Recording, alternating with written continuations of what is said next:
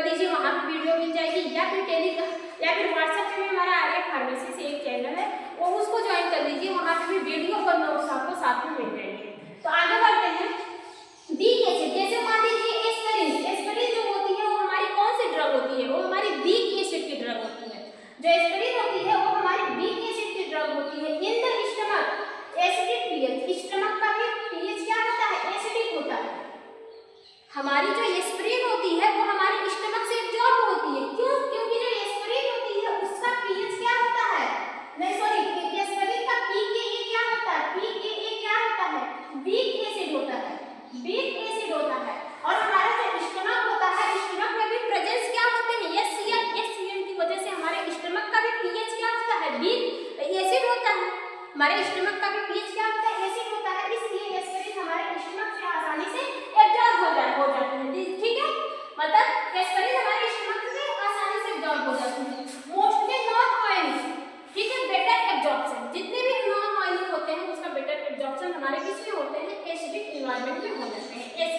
बात समझ में? इन द इंटेस्टाइनल एल्कलाइड पीएच, अब देखो जो हमारे इंटेस्टाइनल होते हैं उसका पीएच क्या होता है, एल्कलाइड होता है, मतलब वो बेसिक नेचर की होती है। जो हमारे इंटेस्टाइनल होती है, हमारे स्टमक का पीएच क्या होता है, एसिड नेचर का होता है, लेकिन जो हमारी इंटेस्टाइन होती है उसका पीएच क्या होता है, एल्कलाइड होता है।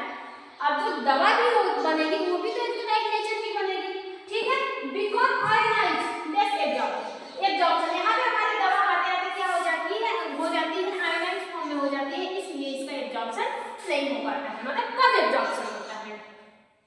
वीक बेस की बात करें, बात समझ में आया एसिड का कि नहीं? जो एसिड है इसका पीकेए क्या है, एसिड का पीकेए क्या है, वीक एसिड है। अब इसका पीकेए क्या है, वीक एसिड, और एक दवा को डिसॉल्व एब्जॉर्ब होने में उसका पीकेए मैच करना चाहिए हमारे ऑर्गन से, मतलब हमारे बॉडी का पीएच कितना है। अभी हमने अगले वाले वीडियो में बताया बॉडी का पीएच 50% है, तो एक दवा का पीकेए भी कितना होना चाहिए, 50%, तभी वो आसानी से एब्जॉर्ब होगी वरना नहीं होगी। तो यहाँ पे जो एस्पिरिन है इसका भी नेचर क्या है, इसका जो पीकेए क्या है, वीक एसिड है। अब स्टमक का भी पीके क्या होता है, एसिड होता है। क्यों एसिड होता है, क्योंकि वहां पे एसिड हमारे बनते हैं और एसिड की वजह से हमारे स्टमक का पीएच क्या होता है, एसिडिक पीएच का होता है, इसलिए वहां पे हमारी जो आयनिक नॉन आयनिक दवा होती है आसानी से एब्जॉर्ब हो जाती है।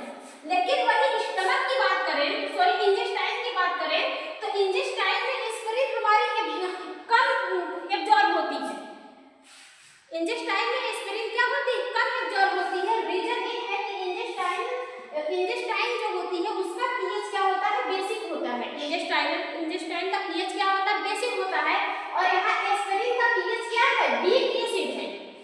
Weak acid weak base, basic और एसिड आपस में मिलेंगे तो क्या हो जाएंगे, कोई ना कोई रिएक्शन करेंगे भाई। एसिड और बेस आपस में जब मिलते हैं तो न्यूट्रल हो जाते हैं, कोई रिएक्शन ही नहीं होता है, ठीक है, न्यूट्रल फॉर्म कर लेते हैं, इसलिए यहाँ पे क्या होता है, कोई भी एब्जॉर्प्शन नहीं होता है, मतलब यहाँ पे पीएच चेंज हो जाता है। क्यों चेंज होता है, क्योंकि यहाँ पे एल्कलाइड जो हमारी इंटेस्टाइनल है उसका पीएच क्या है, बेसिक नेचर की है, और जो आप एस्पिरिन ले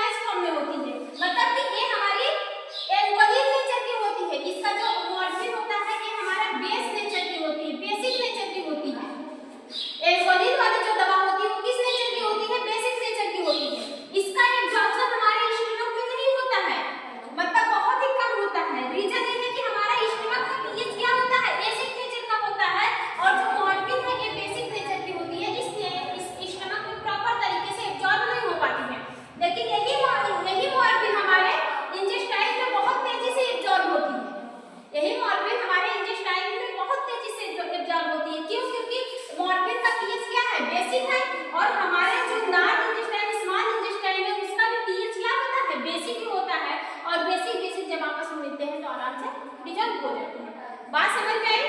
मतलब अगर आपका पीएच बेसिक है, मतलब 50 वही बोले हैं 50% अगर आपके इन्वायरमेंट का पीएच है तो 50% भी एक दवा का pKa भी होना चाहिए, तभी वो दवा डिजॉल्व होगी अन्यथा रिजेक्ट हो जाएगी। बात समझ में आया कि नहीं आया? तो पीएच बहुत मायने रखता है, ठीक है, सेम होना चाहिए सबका।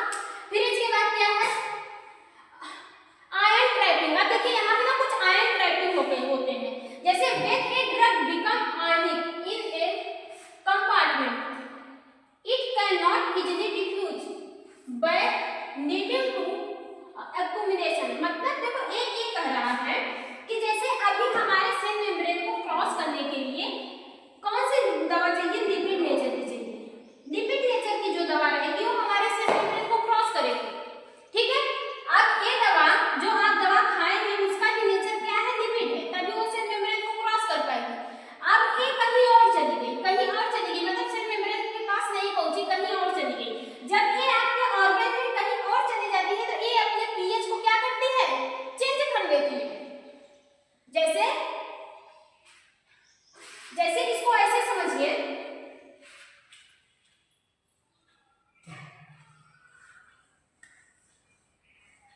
जैसे आपको नानी के घर जाना है, ठीक है, कहाँ पे जाना है, नानी के घर जाना है, और आप गलती से अपने मामा के बुआ के घर पहुंच गए।